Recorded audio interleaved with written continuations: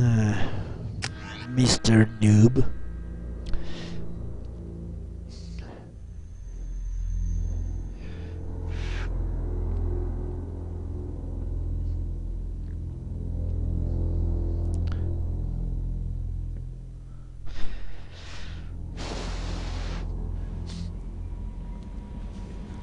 For some reason, I have also read that the No messages for you, Commander. use Wambong.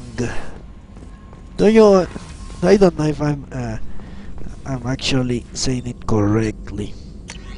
They are basically the bad guys of Star Wars after the Empire collapses. No messages for you, Commander. A race of extra galactic creatures that are not touched by the Force, I believe. That they were a ripoff of the Borg. I have read that in several places. Mitrum. A small hot rock with few resources, Mitrum is used by the Turian armed forces for its maximum security prison interrogation centers. Temperatures are high enough to prevent any escape without an environmental suit, but low enough that construction of additional buildings will not be hindered. Over 500,000 prisoners are detained on Mitrum, only a handful of which, however, managed in a temporary escape. A small supply economy and prefab habitats support the prison staff, who usually work only for a 2-year temp tours of duty before they are rotated out to less stressful positions. So the Turians do convict people and throw them in jail. In the first game they made it sound very nice, the Turian judicial system. Oh yeah, I was talking that there are people in the Star Wars, the Star Wars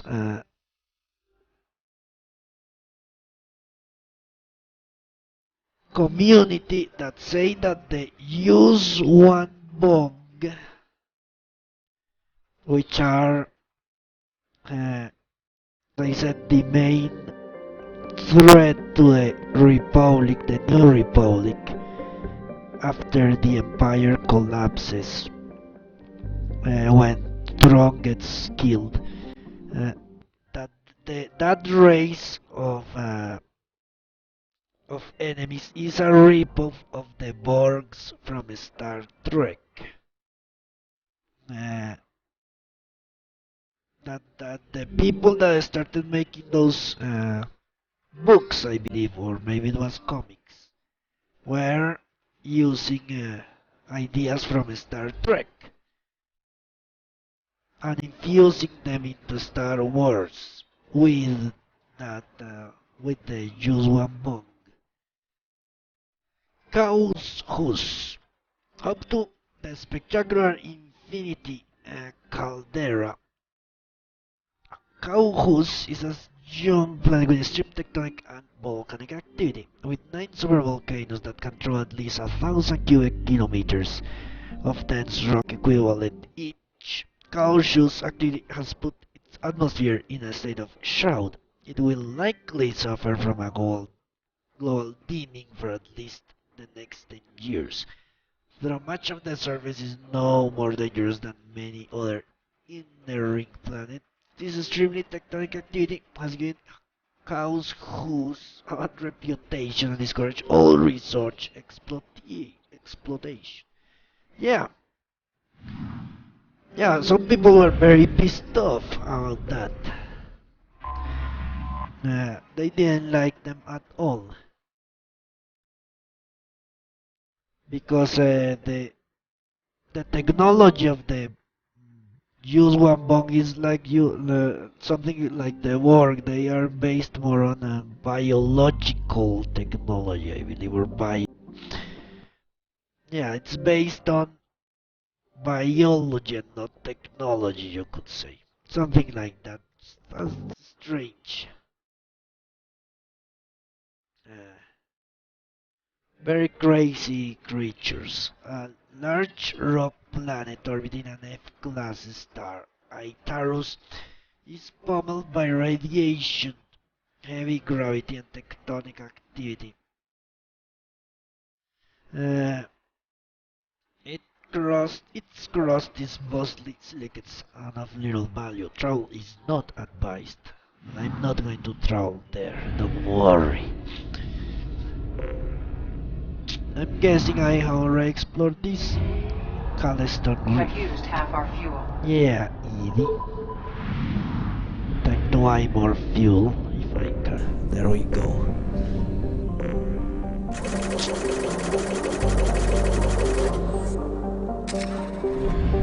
Time to go to another one. Well, if I don't let me travel to here then.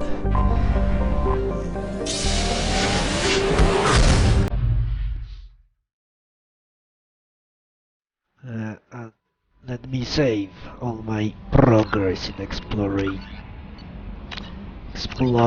the galaxy.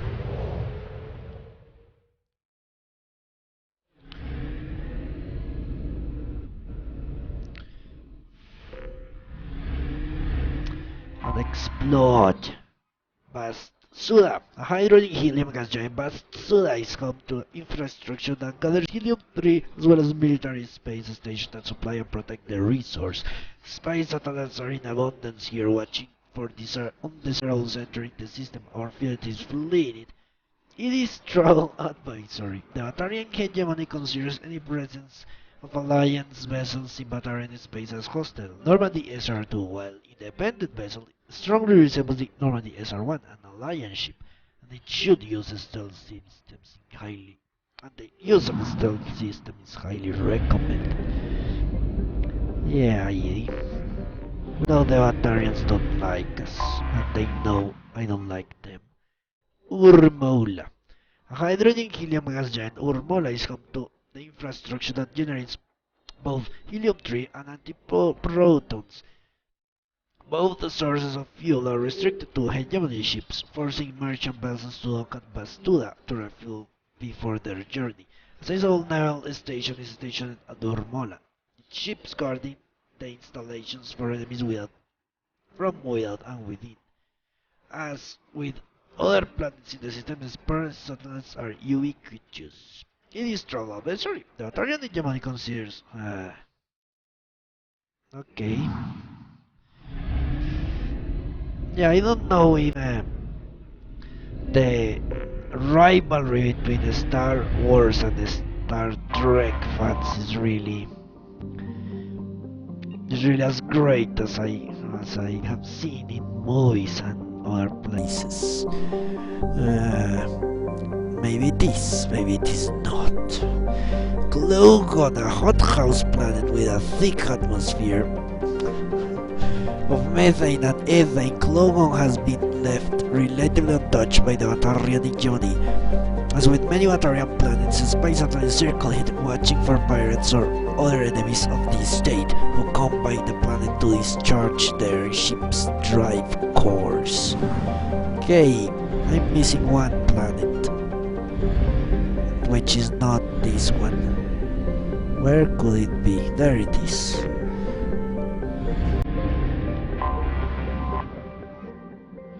I don't think I can, Jason. Yeah, I have heard of the Twilight book series.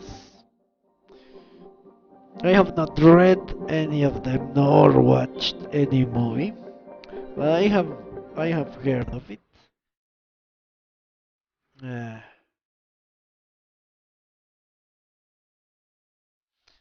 no, post it by all means. I know what it is about, but I'm more of a Harry Potter guy. Very big on Potter. What? Don't what? Don't read them or watch the movies. Yeah, don't worry, I won't. A tiny rock planet Junaka's atmosphere is a thin sheen of carbon dioxide and carbon monoxide. Junaka has abundant metals, But hegemony protectionism makes mining on the Aratoth more profitable from Batarian corporations. A few aging spy satellites circulate, watching for unlicensed mining operations. Okay, let me copy that. Uh, there we go. Let me paste it.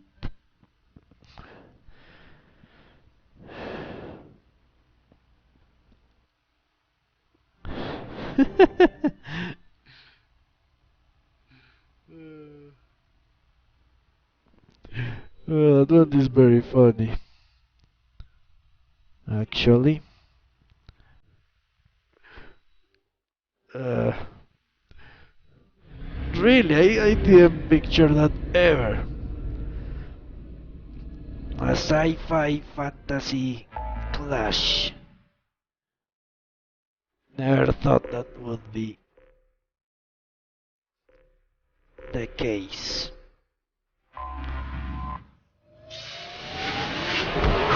But I have read a lot of criticisms of uh, of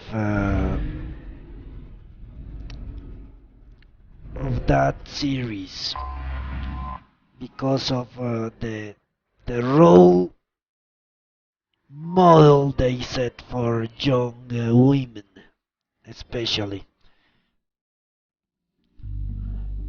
Yeah, I don't know. He's from Star Trek.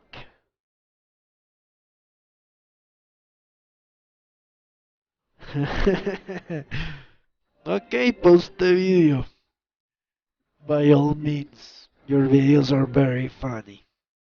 That Spanish Inquisition one, really something. The first and larger of two gas giants in the Hokineta Gateway system telescope is composed mainly of hydrogen and helium. The brown and orange coloration and its upper cloud decks are caused by upwelling of larvae from lower layers of the atmosphere.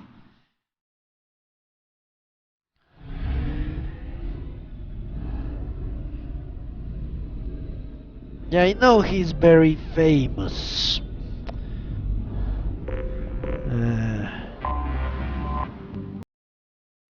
I have seen him on talk show host. Yeah, talk shows on. Yeah, several times. Hebat is a methane ammonia ice giant when heavy metals exomining of China won the bidding rights to develop the moon of press drop in the century system. It began by establishing a helium-3 reference facility on Hebat.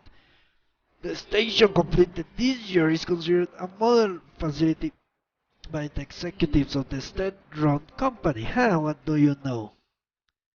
Still a communist country at this point in time. Well, through the station though the station produces more than enough fuel to supply the HMEC ships to and from Century. It has a crew of only a dozen maintenance and oversight.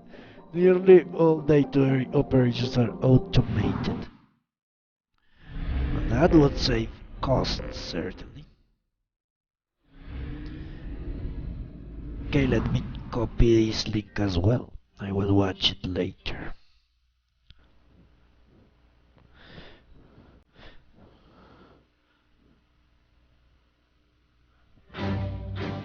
Yeah, Takei. Remember that? Okay, let's go to Schwarzschild.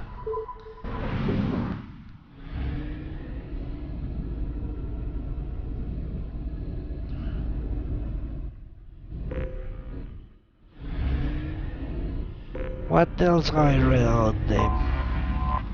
Yeah, yeah, basically that it will turn women into some sort of psychotic creatures. I don't know if it's true, but that's what I have read. Rihali is a typical hydrogen helium gas giant. It is notable because none of its moons is larger than 12 kilometers in diameter, a red thread among the charted gas giants of the galaxy. Yeah, because apparently it is Edward, I don't remember his name, the vampire, and treats her like shit. But the wolf is very nice to her, and she always ditches the wolf for the vampire in some sort of unhealthy relationship. The nose is a hydrogen helium gas giant. It's surrounded by several thin rings of debris. Analysis of debris has been difficult due to its extreme age and fragility, but several apparently nano-manufactured materials have been identified. The leading theory is that the inhabitants of Themyscira mined the atmosphere for helium-3. The inhabitants of a planet, so there was a spacefaring civilization in this cluster, or system. Themis is a super-terrestrial world, a third larger than Earth, and its a postcard state clearly shows signs of attack from space. While not waterless, the shores of the former oceans show patterns of grading into regular to be anything but saturation bombarded by dreadnought-class kinetic weapons. Although it is unclear how most of the atmosphere has been lost, I think this is how the Reapers would deal with the Hanar if they had to.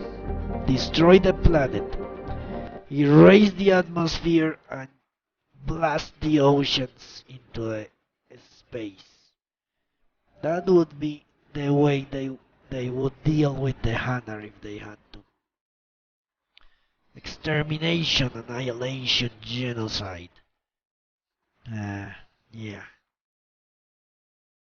Archaeologists have found little of note. It appears that all settled regions were touched by the global bombardment.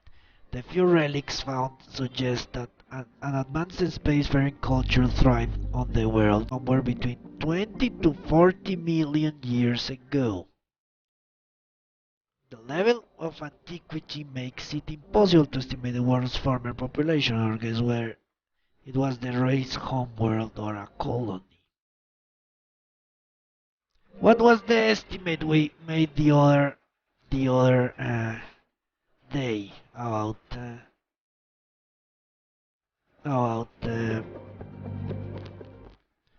how many cycles of extinction there were? I don't recall. Was it 70 million years or more? Something like that. Or it was 700 million years. I don't know. A typical Venusian greenhouse, a valley is only of note for a few scattered craters. Though flattened by millions of years of high pressure, the marks of orbital bombardment strikes are unmistakable. It is generally accepted among academics that whomever hailed from or settled Schwarzschild second planet Thames must have had outputs on Atfalhil as well. And that's it.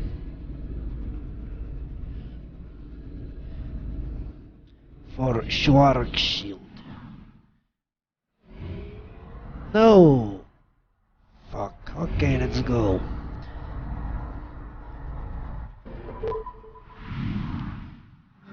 So maybe that race was the one that hit this Reaper.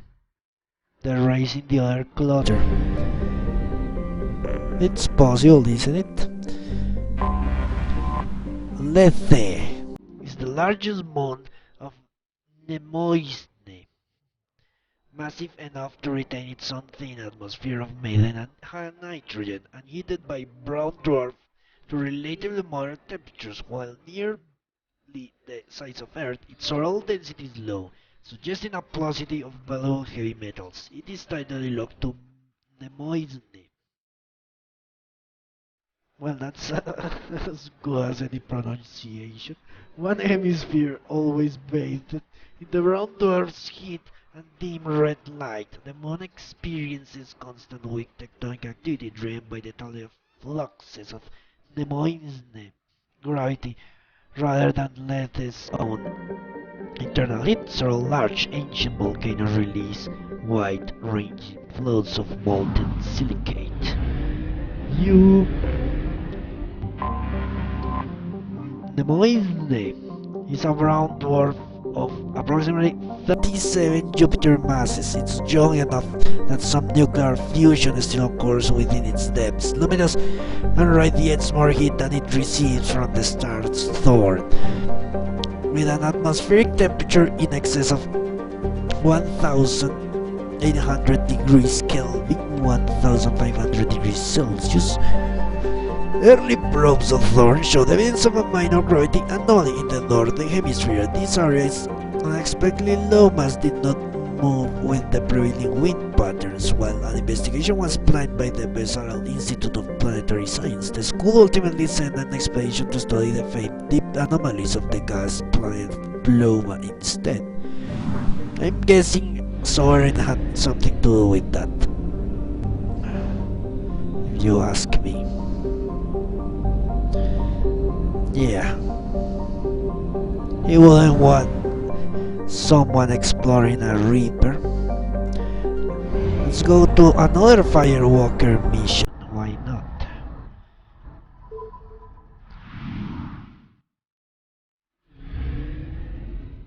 Firewalker.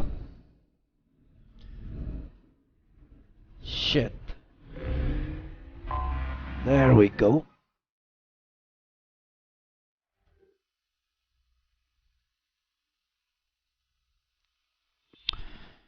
Serrao is a standard hydrogen helium gas giant. Its most obvious features are a pair of gigantic storm cells, one in the northern hemisphere and one in the south. While richer in helium-3 than Alusa, the difficulties of extraction from Serrao's gravity well and stormy atmosphere led to another gas giant's development. Serrao has 80 moons, ranging from 50 to 200 kilometers in radius. The Asari Testicor. Terticor, not Testicor. Think I'm reading what I like, not what is written. Okay. Yeah, what I want to see. The Asari Terticor Council has established an observation post on one of the larger moons to study the planet's twin storm system.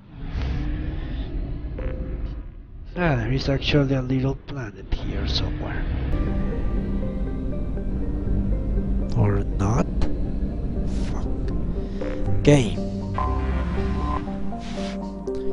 Lucius is a small, dense-sized giant with high concentrations of water, ammonia, methane. A few automated helium-3 fuel stations have been established to refuel what's freighters shutting to and from Korang, which is the next place we're going. Mission!